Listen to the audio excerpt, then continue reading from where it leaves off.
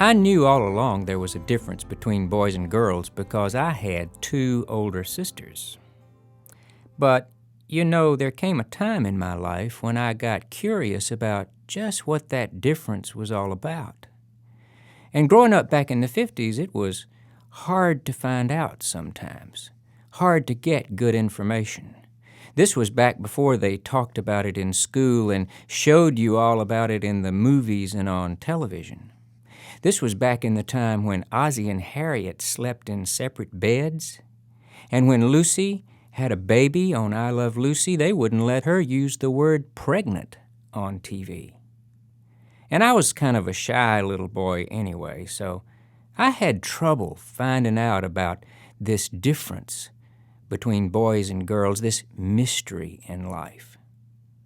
There were several people who might have helped me, but none of them helped me very much. One of those people was my grandmother, Jimmy. I spent a lot of time with her, and we talked about a lot of things, but we didn't talk about this. My grandmother, Jimmy, wouldn't say the word stomach in mixed company. When I needed a haircut, I usually went to the barbershop with my daddy. But one time my mother and dad were out of town, and my grandmama, Jimmy, was taking care of me. I needed a haircut. She drove me to the barbershop, but she wouldn't go in. She said a proper lady doesn't go in places like that, where she might hear something unbecoming. After that, I really listened whenever I went to the barbershop, hoping I might hear something unbecoming, but I don't think I ever did. My grandmama, Jimmy, didn't help me much with this mystery of the difference between boys and girls. Neither did my mama. I remember one time in junior high, there were a bunch of guys standing around talking during recess, and one of them said this word, and everybody in the group just started laughing like it was the funniest thing they'd ever heard, and I laughed too because I didn't want anybody to know that I didn't know what that word meant. But I thought about that all day long and decided, when I go home this afternoon, I'm going to ask my mama. She picked me up from school. Well, I didn't ask her right away. I had to kind of work up to it. And besides, I didn't want to ask her where any of my friends might hear me. But when we got home, she was standing in the kitchen, and I asked her, "Mama, what does mean?" How can I tell you what happened next? Years later, when I was working at the Minnesota Outward Bound School, way up on the border of Minnesota and Canada, one night a couple of us had the night off and we went into town to see a movie, and driving back out to the Outward Bound School through the woods at night, we came around a curve and there was a deer standing in the road, and just for an instant, the headlights on my car just filled up that deer's eyes. You could see death and fear in those eyes before that deer jumped out of the way.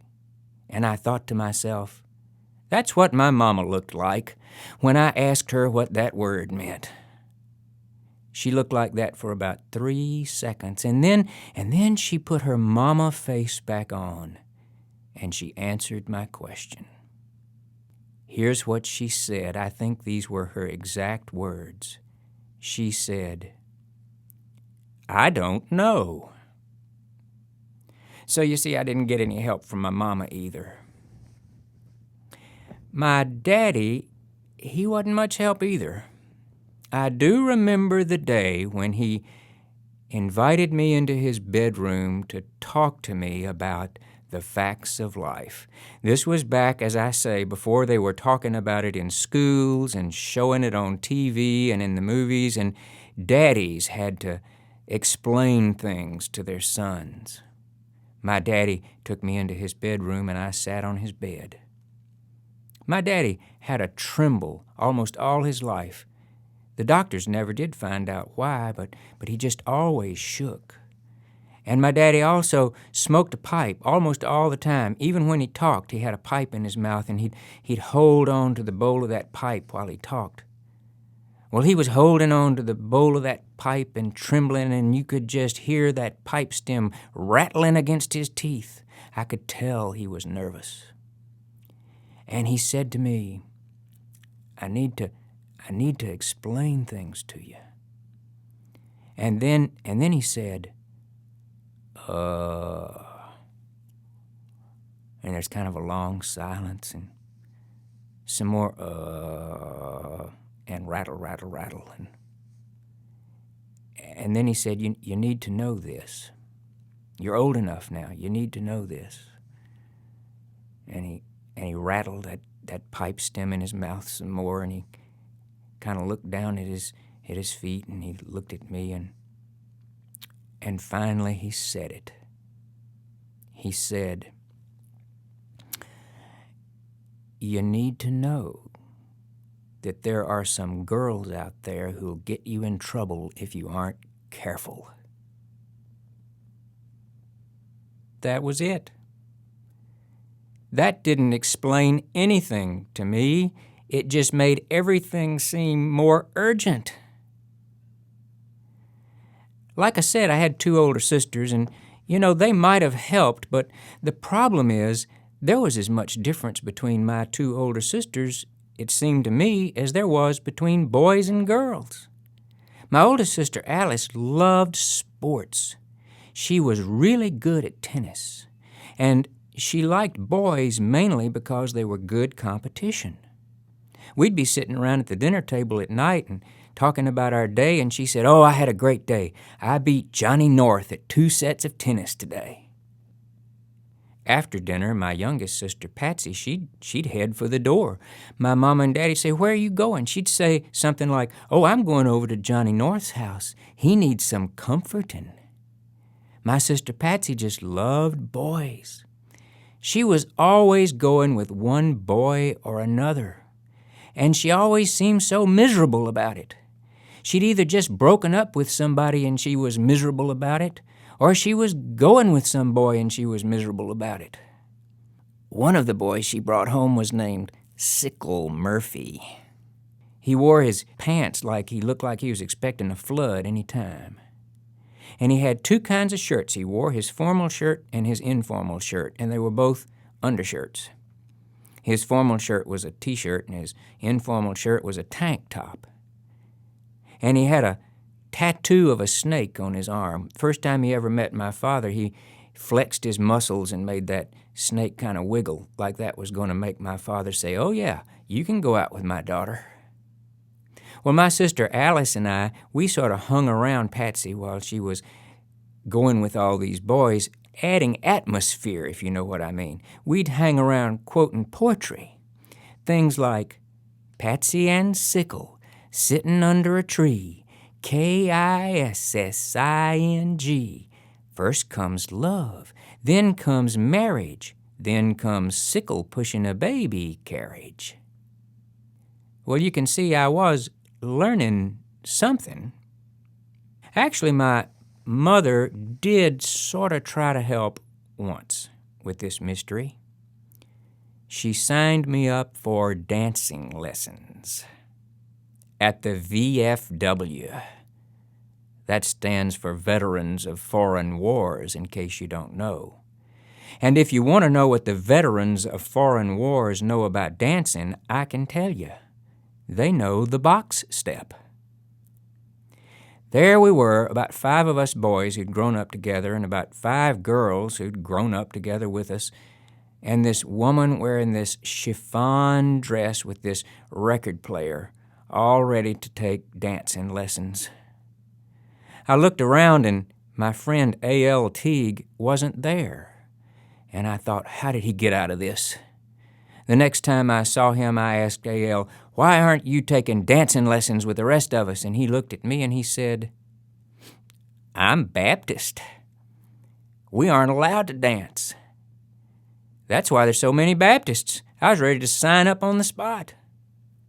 Well, at that first dancing lesson, that woman in that chiffon dress, she said something that made my blood turn cold. She said, "Choose a partner." And I was paralyzed. I couldn't move. But Bingham Graves, this little girl that I'd known all my life, she came over and she took my hand and said, Can we be partners?" And my blood sort of warmed up a little bit, and we learned the box step together. Now, like I said, I'd known Bingham Graves all my life, but I'd never known her like this. I had one hand holding her hand and the other hand on her side, and we were moving around to music, and it was amazing.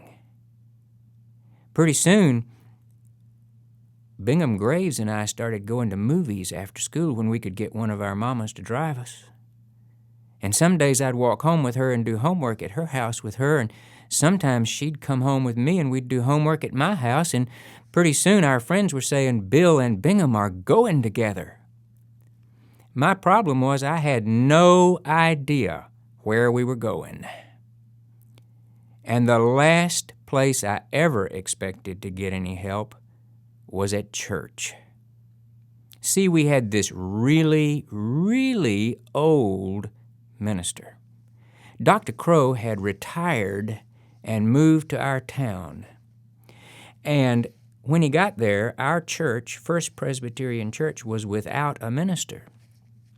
So they hired Dr. Crow to be the interim minister while they searched for a real minister. As soon as Dr. Crow started preaching, they stopped searching, and he stayed on for 30 years. And I was growing up in the last of those years. He preached long, doctrinal sermons, and I did not understand any of them. So that was the last place I expected to get any help with this mystery. But somewhere along the way, I had picked up a bit of information. One of my friends asked me a question. Have you ever read the Song of Solomon in the Bible? Now, I had actually started reading the Bible all the way through, twice.